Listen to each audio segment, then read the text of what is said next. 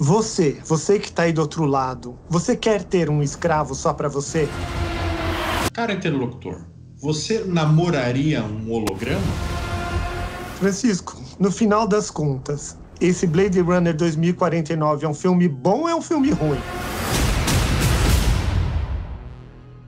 Bem-vindo, esse é o Análise de Obras. Hoje, além de Blade Runner de 2049, que é o nosso debate principal, da onde a gente tirou nossa fonte inspiradora, a gente está falando muito sobre conformismo, sobre revolta, sobre heroísmo.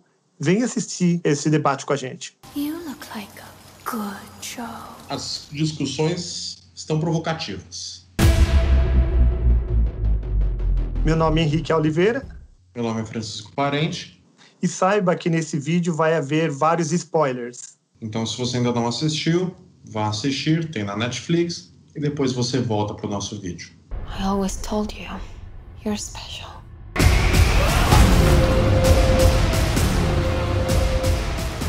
E aí, Henrique, o que você achou do filme? Eu gostei, mas com algumas reticências. Não gostei tanto quanto o primeiro filme. O primeiro filme eu achei muito mais desafiador, mais cheio de elementos sofisticados. Quando eu assisti o primeiro filme, eu me senti meio que Sherlock Holmes. Eu olhava cada parte do filme, cada nova simbologia, cada imagem, e tentava decifrar o que eles estavam tentando comunicar ali. Esse 2049, ele entrou numa outra vibe, bem diferente, muito mais estendido. As cenas são mais lentas, algumas cenas lentas e longas. E aí mudou também o sentimento do filme. Ele não é tão dark quanto o primeiro. O primeiro é chuvoso, tá sempre aquela cena escura, aquela chuva ácida. E você, o que você achou desse filme aí? Não, é curioso que eu tive uma impressão parecida com a sua. Eu tava pensando, ao mesmo tempo que o primeiro filme ele me fez pensar mais, eu achei que assim, a trama do primeiro filme ele era mais simples. Era um cara que é convocado para caçar alguns androides que fugiram, ele se apaixona por uma androide, ele mata quem ele tem que matar e no final ele vai embora com ela. E nesse filme, parece que é uma trama mais complexa. Ele é um androide, mas ele tem caça-androides, ele não liga para ser um androide, mas um dia surge a dúvida se ele é ou não um androide. Daí ele vai atrás disso tudo. Daí ele reencontra o Harrison Ford, daí os androides querem que ele mate o Harrison Ford. Então, assim, eu senti... Supostamente, esses filmes eles deveriam ser palatáveis. Afinal das contas, nós estamos no século XXI, dentro de uma sociedade consumista, onde uma pessoa mediana, comum, sem estar envolvida com filme, sentar, assistir e entender. Você acha que uma pessoa mediana, que não assistiu o primeiro filme, ele consegue sentar numa boa por quase 3 horas e entender o que aconteceu ali? Não. Não é muito puxado, não é muito... O autor coloca o espectador numa posição que ele tem de saber vários pressupostos para o filme fazer sentido. Se ele não souber um monte de coisa antes, ele simplesmente não entende. Se ele não tiver tido uma boa leitura do primeiro Blade Runner, ele vai ficar completamente perdido. Porque esse filme, ele dialoga bastante com o primeiro Blade Runner, ele tenta discutir uma série de coisas. Tanto que, de novo, volta se o Deckard é ou não replicante. Não, então, e mistura com o Deckard, entender que quem morreu era uma replicante, que replicante não tem filho, de repente ela teve filho, isso era um assombro para aquele momento histórico deles. Quer dizer, é muita... o cara tem que ser assim, MacGyver, MacGyver intelectual para entender aquele negócio todo. É muita sofisticação. Então isso que já é um ponto negativo para o filme, porque o filme ele deveria ser autoexplicativo por si só. Ou não. Há de se entender que existem filmes que são sequências e que você, então, quando for assistir, que já vá preparado. Eu achei que esse filme, propositalmente, ele quis levar essa carga mais complexa. Porque, assim, o primeiro Blade Runner, que a gente estava falando no começo, ele não é um filme difícil de entender. Ele é um filme muito claro, a trama dele é muito clara, é muito retilínea, sabe? Você vê, assim, acontecendo uma sucessão de coisas muito claras. Agora, mas ao mesmo tempo, ele é um filme muito profundo, como a gente discutiu no outro vídeo. Tem uma série de simbologias, então é um filme que ao mesmo tempo que ele é fácil de ver, ele é difícil de entender. E eu acho que esse filme, ele falou, então eu também vou fazer um filme que demande mais atenção de quem vai assistir. Não é só uma trama policial, é muito mais. Então, tem o interesse lá do cara que comprou a Tyrell, tem o interesse da policial, tem esse jogo de a gente conta ou não a verdade, mas ao mesmo tempo é um milagre, então é uma questão, entre aspas, identitária dos robôs como coletivo, que querem entrar na sociedade, ter uma vida normal, e o K tá jogado no meio de tudo isso. Ele é uma peça ali que às vezes é só um joguete deles, mas às vezes é uma peça fundamental, né? Estão usando ele para descobrir toda a situação, mas ao mesmo tempo ele é descartável. E assim, é um filme também que altera muito entre todo esse debate sociológico, político, mas ao mesmo tempo toda uma questão interior do K. Machucar o fato dele não ser um humano, mas ao mesmo tempo ele é conformado com isso. Você está falando, eu concordo plenamente. São muitos elementos, é uma canseira. Você sabe que eu assisti esse filme, nesses últimos tempos, assisti 2 vezes. E as 2 vezes eu tive que assistir metade, largar o filme. Eu não faço isso costumeiramente. E esquecer do filme e voltar no outro dia para assistir o resto. 2 vezes. Então o filme cansa. E olha que eu gosto, hein? E a simbologia é tudo embaralhada. Uma das coisas que eu gostaria de dizer é, por exemplo, como um robô tão inteligente, tão capaz, que consegue lá olhar lá no microscópio e comparar o DNA de sei lá quantas milhares de pessoas, se submeter a essa questão de ele ser o escravo, de ele aceitar. Ele tem uma retóricazinha ali que ele é um robô, ele não tem alma, ele não precisa ter nome, e ele então fica escravo e submisso. Ouve todas as críticas, porque você vê, conforme ele vai passando, o pessoal enxovalha ele, né? Desprestigia, fala palavrão e tudo mais. Como uma criatura tão inteligente pode ser tão submissa? E o curioso é isso, que no caráter dele, conforme ele vai lidando com as situações, ele não é tão submisso. Não tem tem alguma coisa errada e tem uma discordância que fizeram na ficção, mas você vê que não combina. Tem uma coisa que não orna. Ao mesmo tempo que ele é submisso, ele também é um cara muito proativo. Ele vai lá e mata mesmo, ele vai lá e tira a dúvida mesmo. Ele não é bananão, assim, bobão. Ele é muito esperto. Então, é porque assim, é uma coisa também que eu acho interessante, que é o seguinte, o filme, o nome dele, né, ele tem um número, ele não tem um nome, né, ele tem um código, mas a primeira letra desse código é K. E isso faz referência aos personagens do Franz Kafka. Por exemplo, no Castelo, o personagem chama K. No Processo, chama Joseph K. E isso tem todo um diálogo com o próprio Kafka, né, que tem 2 Ks no nome dele. E assim, é interessante porque geralmente os personagens do Kafka, eles estão em uma situação de submissão extrema, mas ao mesmo tempo eles não se reconhecem nessa situação. Que nem na Metamorfose, o Gregor Samsa, ele vira uma barata e ele não se reconhece como, quer dizer, não é um inseto, né? Ele vira um inseto e não se reconhece como um inseto. O tempo inteiro ele tá pensando, não, eu tenho que trabalhar, minha irmã tá preocupada com a aula de música dela, tal. Mas tipo, você virou um inseto. Tipo assim, acorda, sabe? Entendeu? Você não consegue ver a sua situação. Então parece que nesse primeiro momento do filme ele não consegue enxergar isso.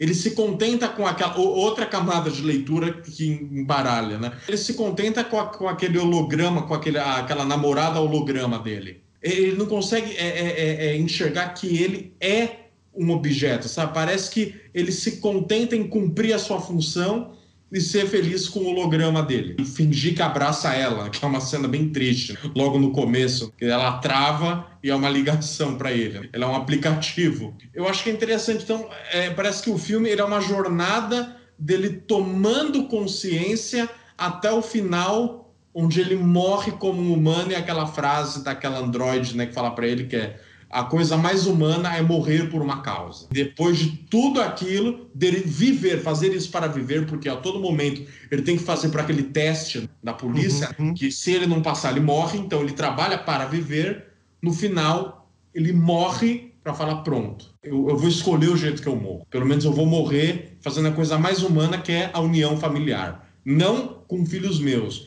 mas um pai com uma filha. dando continuidade para a espécie humana, transformando a vida das pessoas, que nem o primeiro androide, o último androide que morreu, no primeiro Blade Runner, que ele dá uma nova visão pro Deckard. Eu tenho visto coisas que vocês humanos nem imaginam.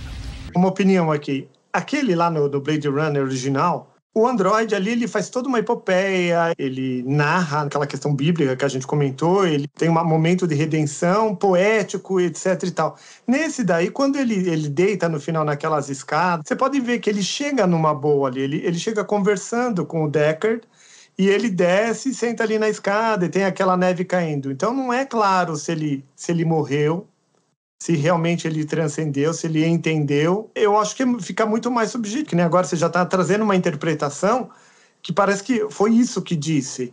Mas, peraí, pode ser que não foi nem isso que disse. Tá muito mais aéreo. Ele, agora com a questão do holograma, ele com a namorada dele, né? Aquilo lá eu acho que é uma alusão direta ao Her, que a gente já fez o debate. No Her, o aplicativo, a inteligência artificial, era verdadeiramente inteligente e foi se superando sem parar. Nesse daí, parece uma coisa meio infantil. Ele chega do trabalho, ela põe amarelo, ela põe outra roupa, põe vermelho. Ah, vamos ler? Não. Ah, não quer ler? Ah, então eu não queria ler mesmo. Sabe, parece que é um androide meio... Eu quero te agradar a qualquer custo, uma coisa meio bobinha. Esse daí não tá meio bobinho comparado com o Her, então... Né? E outra coisa também, nessa mesma esteira. O filme dá toda uma volta enorme, ele vai lá, conhece o Deckard, volta lá daquele problemática toda, luta, briga, sofre. Daí ele vê uma propaganda da inteligência artificial, lá da namorada dele. E ali parece que ele estava olhando para ela como se ele não soubesse nada daquilo. Como não? Em algum momento ele foi lá e comprou aquele aplicativo. Ele já sabia de tudo aquilo. Como que no filme eles apresentam como se aquilo fosse uma novidade? Ele nunca passou por aquele trecho. Ele não sabia, ele era bobinho. Sabe? Então tem uns furos nesse filme que ele me deixa meio decepcionado. Esse daí foi um dos furos. Como que ele contratou um aplicativo, depois comprou o emanador e fez toda a trajetória com ela. Ela, alguns momentos até muito sensível, né? Aquele momento que, por exemplo, ela sai na chuva e o emanador dá aquele poder para ela, de ela sentir realmente as gotas d'água. Tudo bem, aquele momento é um momento especial. E eu achei que o filme acertou muito bem naquilo. E acertou também no momento de travar, né? Naquele momento que ela trava, bem no momento que ele ia abraçar, quando ela estava na chuva. Quer dizer, ali é uma coisa meio poética, assim, interessante. Mas aquele telão no final, ele olhando para a inteligência artificial e vendo que ela era uma agradadora de plantão, e que surpresa! Ai, como assim? Que surpresa! O que é isso? O que você acha disso aí? Eu também pensei nisso, assim, tipo, porque ele perde ela, né? Ele pensa, nossa, ela só foi um programa para me agradar, ela tá nua aqui, ela fica pelada, ela Sim. Tá nua aqui no meio de todo mundo, sabe? Ela agrada qualquer um que passa. Também pensei, eu falei, ele nunca passou por essa rua? Porque você pode comprar até um aplicativo zeradão que tá meio querendo te agradar no começo, mas a expectativa é que ele seja uma inteligência que evolua e tenha voz própria, porque era assim que eu tava querendo entender a história. Mas daí, de repente, não. Pode ser que ela é uma farsa. Inclusive, quando ela diz que ama ele no momento que ela vai ser... que o emanador dela vai ser esmagado e ela vai sumir do planeta... aquilo é uma farsa. Porque eu vi gente discutindo esse tipo de coisa na internet. E as discussões eram boas? Não, o pessoal leva meio que... tenta levar a sério, porque é que nem o que a gente está fazendo. O filme apresenta símbolos pra gente, apresenta circunstâncias. E a gente tenta fazer o melhor daquilo. Tem uns que tentam agarrar e falar, não, mas é isso mesmo, ia dar certo. É uma forma de querer explicar, porque como você ia explicar isso? E tem uma galera como eu, que eu tô ficando meio desacreditado, sabe? Que tá, não... Peraí, será que não dava para fazer melhor que isso? Porque o pessoal contrata uma equipe de trocentos negros, super especialista em narrativa e o caramba 4. Não dava para sair com alguma coisa melhor que isso? Talvez uma possível explicação seria assim, colocar que assim, como ele era uma pessoa tão solitária, que ao mesmo tempo que ele tem problema de lidar com os próprios androides, porque ele é um aposentador de androides, né? Tanto que aquele momento que as prostitutas, que não sabe se parece que são androides, as prostitutas vão falar com ele, elas falam, peraí, eu conheço ele. Peraí, eu conheço ele, é um Blade Runner, vamos dar o fora. Então os androides não gostam dele. Os humanos ficam xingando ele de pele falsa o tempo inteiro e se ele reagir, ele morre. Então acho que a única coisa que sobrou para ele ter um pouco de carinho é o holograma, que nem material é. E a chefe dele, em dado momento, olha para ele como se ele fosse um vibrador. Ela Não, fala... e é curioso que quem mantém a postura ali é ele, não é ela. Ela tava super afim de usar o vibrador dela. ela se veste meio dominatrix, né? Tem uma... Não, porque ali ela dá uma cantada meio nele, não dá? Meio descarada, assim, meio direta? Dá. Ela começa a falar, olhe para mim. Ela começa a mandar nele, né? Ela começa a falar, se eu tomar toda essa bebida, o que acontece, né? A gente tá buscando a realidade, né? Tipo, eu sou a coisa mais real que você vai ter. Mas ainda assim, mas ele sabe que ele vai ser usado. Então, eu acho que ele é uma pessoa... Ele é um androide tão solitário que o único amor que ele encontra é nesse amor falso comprado. Então, mas é complicado, porque se ele passasse por ali e visse aquela propaganda, ele ia ficar puto. Eu acho que foi mal pensado. Acho que foi mal pensado. Não, porque a gente tem analisado filmes e eu vejo que realmente a gente acaba tendo algumas posturas. Uma é o de defender o que a narrativa ofereceu e uma é de ficar também procurando pelo em ovo. Fala, opa, peraí, mas isso daqui não faz tão sentido assim. Não amarra tão bem. Acho que é legal a gente começar a usar essa postura, sabe? Quando a narrativa não estiver tão amarrada, a gente fala, opa, peraí. Esse negócio aqui não tá tão convincente assim. Então, por exemplo, falando em coisas não convincentes, quando nasce aquela androide lá, que nasce do... sei lá de onde que ela nasce, o que é aquilo? Um saco plástico no alto. Aquilo nasceu. Aquela cena eu consegui entender mais ou menos. O que você fez daquela cena? Então, é porque aquela cena, o Wallace, o nome dele, o cara lá comprou a Tyrell, ele não se contenta com as próprias conquistas dele de conseguir fazer mais androides, a gente ter conquistado mais 9 planetas, né? Que ele fala, uma criança conta até 9, né? Ele tem uma fé na racionalidade da humanidade tremenda. E ele pensa assim, não tem diferença entre androides e humanos, porque ele convive com os androides. Ele fabrica os androides. Os androides sangram. Ele sabe o que ele está fazendo ali. Mas ele também fala, a gente perdeu a coragem de ter escravos humanos, porque no fim das contas não muda nada. O androide também tem medo, o androide também não quer morrer, o androide quer viver. Tanto que aquela androide que ele comanda, ele não manda nela porque ele tem um chip que não é um videogame, que ele fica teclando, ele faz a cabeça dela. Ela tem fé nele. Ela fala, eu serei a melhor. Ele pega essa androide, que é a androide que ele produz, assim, a mais, né, poderosa de todos, que ele convence ela para do lado dele, e ele mostra para ela aquele futuro dos androides falando, eu quero que o seu povo, né, que são submissos a mim como ela é submissa a ele, porque nós criamos vocês, eu quero que o seu povo tenha filhos, seja autônomo, mas ao mesmo tempo submisso aos humanos. E aí a gente tem um paralelo entre aquela androide caolho, fala para ele no final, a gente mata o Deckard, porque nós vamos pegar essa fórmula e a gente vai ficar autônomo, porque a gente merece isso. Nós somos mais humanos que humanos. Tem uma hora que ela fala, ou aquela prostituta que ela contrata para capturar o cara, ela fala isso, né? Então, assim, nós somos mais humanos do que os humanos. Nós podemos mais, nós somos mais fantásticos que eles e temos toda a humanidade deles. Enquanto aquela segurança, empregada, espiã... Então, e é a oposição entre essa, que ela quer autonomia, e a Love, que ela vê também esse mesmo avanço, mas ao mesmo tempo com um olhar de submissão diante do dono da Tyrell. Ela não consegue ultrapassar isso. Ela quer ser fiel aos humanos, porque ela se enxerga como submissa. Então ela quer essa aprovação do humano como eu sou a melhor androide, a melhor ferramenta. Então ela se compadece com a morte, por exemplo, dessa androide que ele corta, né, o útero dela, ela sangra até morrer, ela chora na cena. E ela entende a importância, porque se a gente começar a se reproduzir, a gente não vai mais ser descartável, embora a gente ainda seja submisso aos humanos. Isso daí você não está extrapolando um pouco a ideia? Você está fazendo uma inferência meio sua? Porque então, ela, na verdade, ela só chora ali, mas ela chora ali porque ela se compadece de uma outra androide assim como ela, simplesmente por não ter útero, não ter um útero que funcione o suficiente para gerar um outro ser. Então, qualquer coisa que a gente diga a partir disso é uma inferência, não é uma extrapolação. É que nem aquela coisa que a gente estava conversando. O filme ele nos apresenta elementos. Eu estou tentando partir dos elementos internos ao filme, que eu vejo que é um filme que ele tem assim, ele tem polos que entram em conflito. Por exemplo, o robô rebelde e o robô submisso. Quem nasce de útero e quem foi fabricado. O humano que se compadece com o robô, enxerga nele uma humanidade, tipo o Deckard, para ele, que a gente também não sabe se ele é um androide não, mas para ele não faz diferença se o cachorro é ou não de verdade. E, por exemplo, a chefe do K, que enxerga ele literalmente como um objeto. Então, eu tô pensando nessa chave, sabe?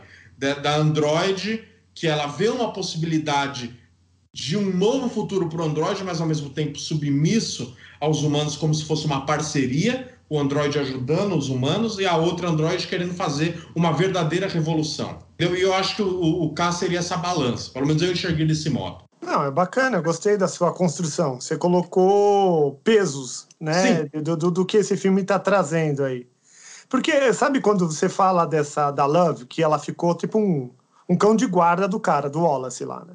Me faz lembrar muito a máfia, sabe aquele mafioso que geralmente é uma pessoa mais velha e que comanda um monte de gente jovens e fortes e todo mundo armado, mas alguma coisa nele, ele guarda alguma autoridade que ele diz como são as coisas. E o camarada, que é o gangster que mata os outros no nome do grande chefão, ele não se rebela contra o chefe. Existe uma coisa de fidelidade ali. Ele é mantido como um cão de guarda, que era o caso da Love. Ela era até muito mais força que aquele Wallace, provavelmente. E mais inteligência e mais mil habilidades que o cara. Mas ela não se rebela contra ele. Nem ela se rebela contra ele, ela defende a causa dele. Mas isso também parece um caráter humano, porque isso daí a gente vê em todos os filmes de gangster. Todo filme de O Poderoso Chefão tem figuras assim. Os mafiosos têm isso de pressuposto, é um pressuposto já. Ela é fiel ao Wallace porque ela gosta do Wallace. Ela sente necessidade de fazer isso. Não é porque ela é controlada por ele.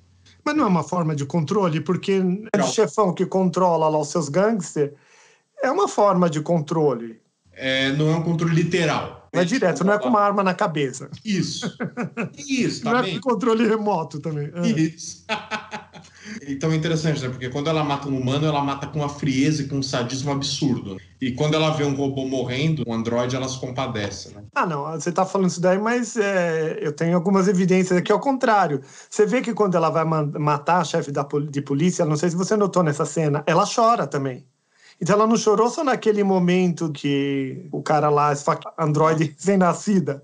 Ela chorou também no momento que ela matou a chefe de polícia. Então existe algum momento que ela, primeiro, toma meio iniciativa por conta própria, porque você viu, ela menciona ali que ela vai mentir pro Wallace, que você me atacou primeiro. Eu te matei porque você me atacou primeiro. E não era verdade. Ela estava tomando a iniciativa de matar a chefe de polícia. E ela matou porque ela tem superpoderes. E ela chorou. É uma coisa triste. Tem alguma disfunção nessa robô. Essa robô, ela já estava... Ela não tá bem, né? Com problema já. Ela tá precisando de um psicólogo.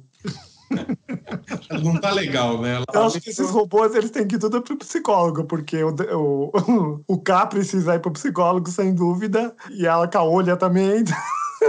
Essa galera aí tá precisando de psicólogo. Então, mas assim, eu falei tudo isso, mas assim, eu agora também fiquei um pouco assim, mas qual que é a daquela robô, né? Tipo, eu falei que ela quer ajudar o Wallace, eu acredito que ela quer mesmo, mas ao mesmo tempo, ela tem uma determinação que você falou, ela vai mentir pro Wallace que ela matou. Então, assim, o interesse dela de conseguir, podem se reproduzir, vai além do Wallace usar na indústria. Porque se fosse só um trabalho para ela ia falar, tá bom, a policial lá encobriu tudo, não deu em nada, eu vou voltar para minha casa. Mas não, ela continua. Então será que tá todo mundo do mesmo lado? Ela é submissa ao Wallace em alguma medida, mas ela tem a agenda dela. Ela mata a chefe de polícia. Quando ela estava lá querendo que cobrisse onde estava o Decker, quando o K estava procurando lá, ela manda aqueles mísseis naquele lugar, uma narrativa ali que parece que gasta muito tempo do filme para dizer muito pouco, e depois mostra ela fazendo a unha com o braço esticado assim, e outros robôs, ou sei lá quem tá fazendo a unha dela. Então tem um quê de eu sou capataz, mas ao mesmo tempo eu tenho um status aqui, faz a minha unha, vou pro spa, vou fazer meu cabelo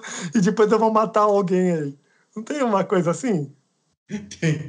Tem. Tipo, ela tem um tratamento mais humano, né, do que os outros. Ela tem Mas meio caprichoso também.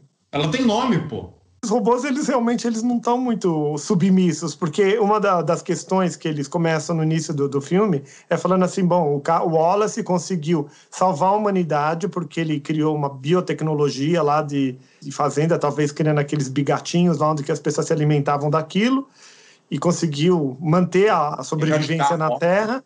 E conseguiu fazer esses replicantes que são submissos. Mas eles não estão tão submissos assim. Submissos até a segunda página. Porque a Love, que é a segunda dele, estava super caprichosa, prestes a virar contra ele. Acho que se continuar muito tempo, ela ia dar um bote nele. Os outros replicantes já estavam super amargando, já fazendo a rebelião deles lá por trás. E o protagonista, que é o K, ele, na verdade, ele faz um périplo. Ele não está acreditando em mais nada disso.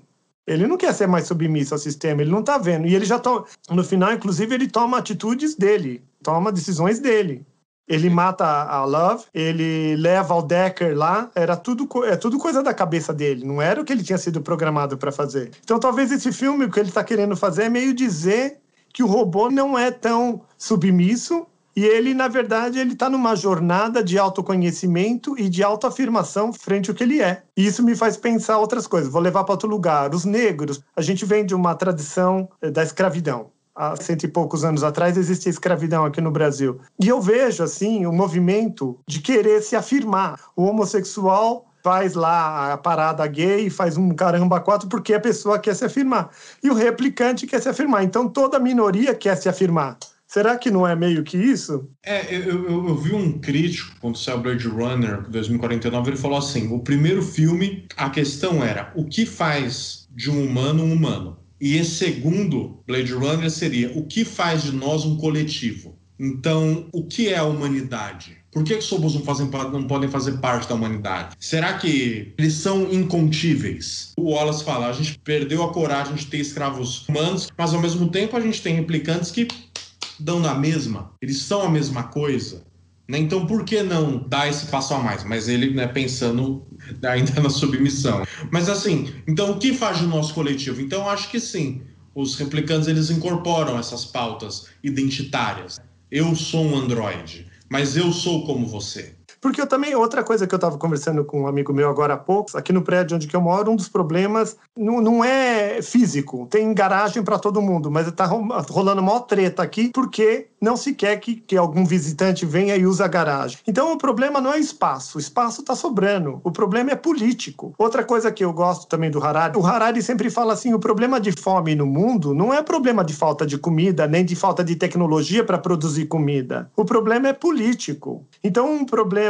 talvez da assertividade dos negros na sociedade ou do coletivo, que nem você mencionou agora, dessa construção de quem somos nós juntos, não é o problema de ser negro ou não ser negro, de ser asiático no Ocidente ou não, ou de ser homossexual ou não. O problema é político, é como eu quero olhar para isso. Então, é a narrativa que se constrói para lidar com isso. Porque no caso ali, inventaram uma narrativa que o replicante ele tinha de ser submisso, o replicante não tinha alma, então fica quieto aí. Então, a questão é política, é só uma questão narrativa de como as coisas devem operar. O que você acha disso? Que a fome no mundo é um problema político ou é um problema da comida? Eu acho que é um problema político. Então, é que assim, eu não sei se o mundo ele tem muito recurso e a gente que distribui muito mal e algumas pessoas acumulam excesso de recursos, ou se 7 bilhões de sapiens querendo ser feliz e isso demanda recurso e não tem recurso para todo mundo. Porque, assim, uma coisa assim, ter a comida para todo mundo, mas depois vai mais, entendeu? É a comida,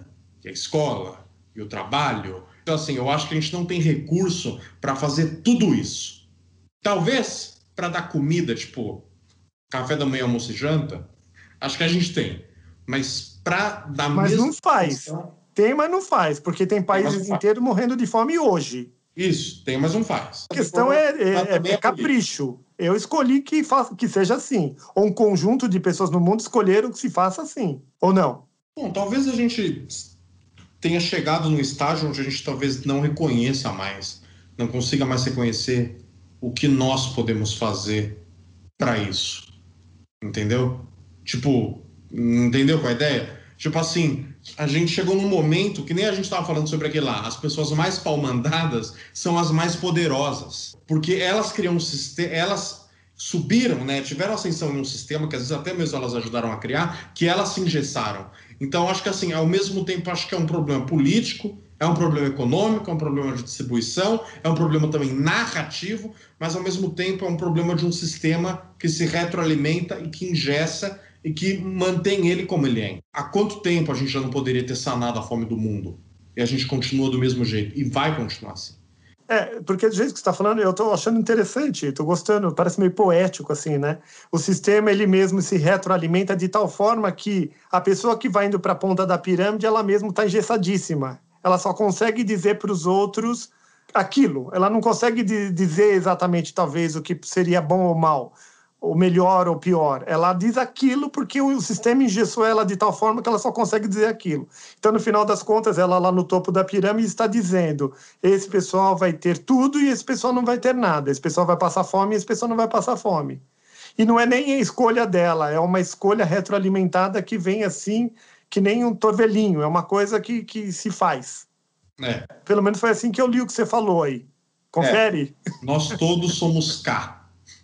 A gente está numa condição que a gente não tem muito o que fazer e a gente é submisso a ela. Então, eu vou voltar aqui à minha história do prédio. Aqui no prédio, cismaram que você não pode deixar ninguém vir de fora e usar a garagem aqui, embora tenha trocentas vagas sobrando. Como resolve isso? Será que não teria que trazer para o ser humano, para cada indivíduo, quando ele se sente dentro de um descompasso? Porque é um descompasso. Eu acho que é um descompasso. Ter tanta garagem... E eu hoje recebi um amigo aqui na minha casa, ele não podia pôr o carro dele dentro da garagem, porque é a lei. Então, como que você faz? Eu vou brigar com a síndica, vou jogar pedra no prédio, forço a barra, o que eu faço? Porque agora, pensando num sistema maior, o que um povo que está sendo oprimido faz? Tá certo, então, eles fazerem terrorismo? Porque por algum lugar tem de começar. Por onde que o Decker começa? Por onde começa esse processo de autoafirmação perante o grupo? Como é que esse pessoal lá de Senegal, desses países tipo a Etiópia, que estão numa situação difícil, como que elas fazem frente ao mundo? Precisa começar de algum lugar, e parece que esse lugar de começo é um lugar meio de revolta, ou não? Sim. Ou é um lugar, deixa quieto, vamos todo mundo fazer do jeito que estava fazendo ontem, porque a sensação que se eu ficar quieto e não fizer barulho, nada muda. Vem, vamos embora, que espera. Será que nós vamos pilotar o avião, vamos explodir alguma torre gêmea em algum lugar aí?